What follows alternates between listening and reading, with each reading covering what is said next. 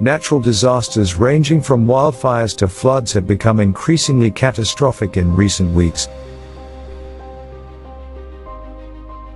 which is especially noticeable in the Northern Hemisphere.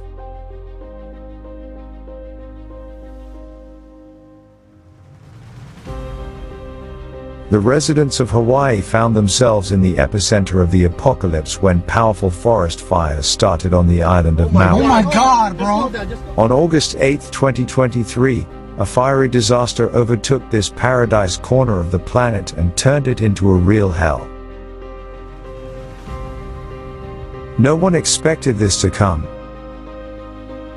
Despite the fact that the island has emergency sirens designed to warn of natural disasters and other threats, they did not sound during the fire. Some witnesses said they had not been warned in advance, describing their horror as the flames engulfed everything within minutes. The fire spread so quickly that people in panic rushed to seek refuge in the ocean, as there were not many options. Either be at the mercy of one or another force of nature. As of August 14th, more than 90 lives were lost due to the devastating events. This natural disaster was the deadliest in the history of the United States. People still do not lose hope to find their missing relatives, as large parts of the island remain without cellular communication and electricity. The official cause of the fire has not been determined, but it is known that in recent months, Maui County has experienced a significant worsening of severe drought conditions. In addition, strong winds from Hurricane Dora, which raged hundreds of kilometers south of Hawaii, contributed to the rapid spread of the flames. Wind gusts of up to 60 miles per hour prevented firefighters from conducting rescue operations. The popular tourist town of Lahaina burned almost to the ground. Now once beautiful landscapes look more like post-apocalyptic scenes. In total, the disaster destroyed more than 2,000 buildings and left thousands of people homeless. It will probably take many years and billions of dollars to restore. The tragedy that occurred in Hawaii raises many questions. Why weren't people warned? Why didn't the emergency sirens go off? Why is no one talking about the fact that now thousands of people have become refugees, and they have to start their lives anew? Who will take care of them and what will happen to them next? Meanwhile, in a short time, everyone will forget about this news, and people will be left alone with their problems. These are the conditions that the consumerist format of society dictates to us now. There's something to think about, isn't there?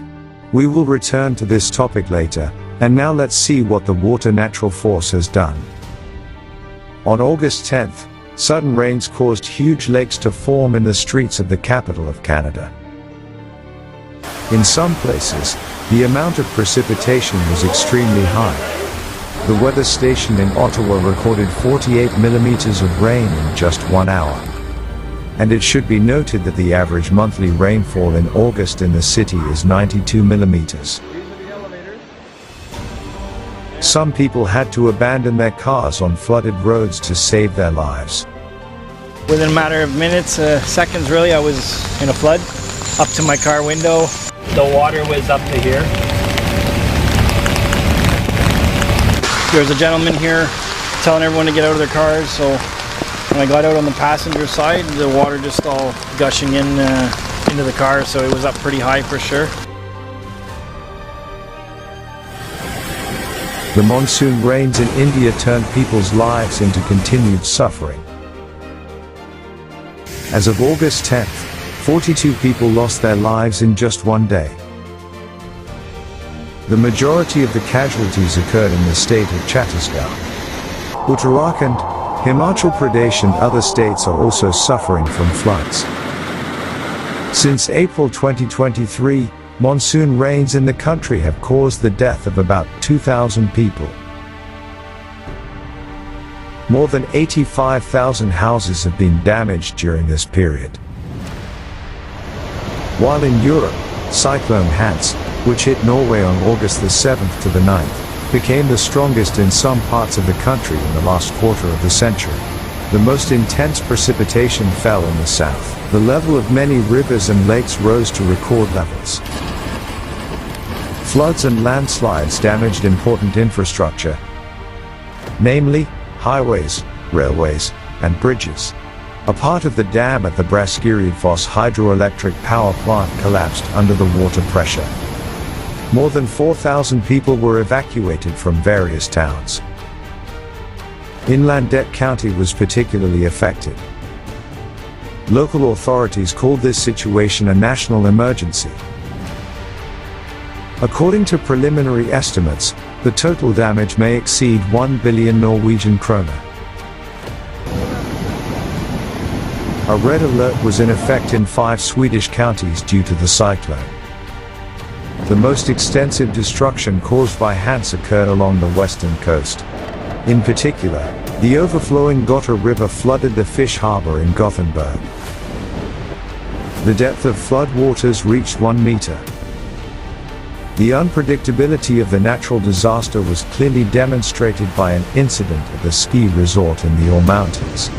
An overnight downpour in or turned the harmless Susabacken stream into a dangerous torrent, forcing people to flee. Other northern European countries also felt the consequences of the impact of Cyclone Hans. In Denmark, Finland, Lithuania, Latvia, and Estonia, gale-force winds combined with rain-felled trees disrupted transportation and caused power outages. Extreme weather caused the loss of at least 3 lives. The main threat of the 21st century is climate change, which could wipe out all life on the planet within the next 10 years.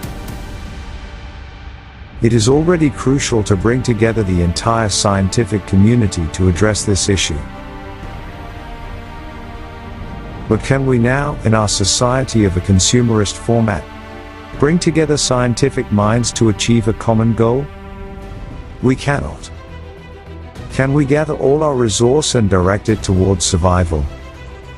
No, along the way, it will be stolen. We need to look at the root of the problem and implement a format of society that can guarantee us safety, as well as the unification of scientists and unlimited funding to solve climate problems and preserve life on Earth. This is what the creative society in which human life is the highest value guarantees us.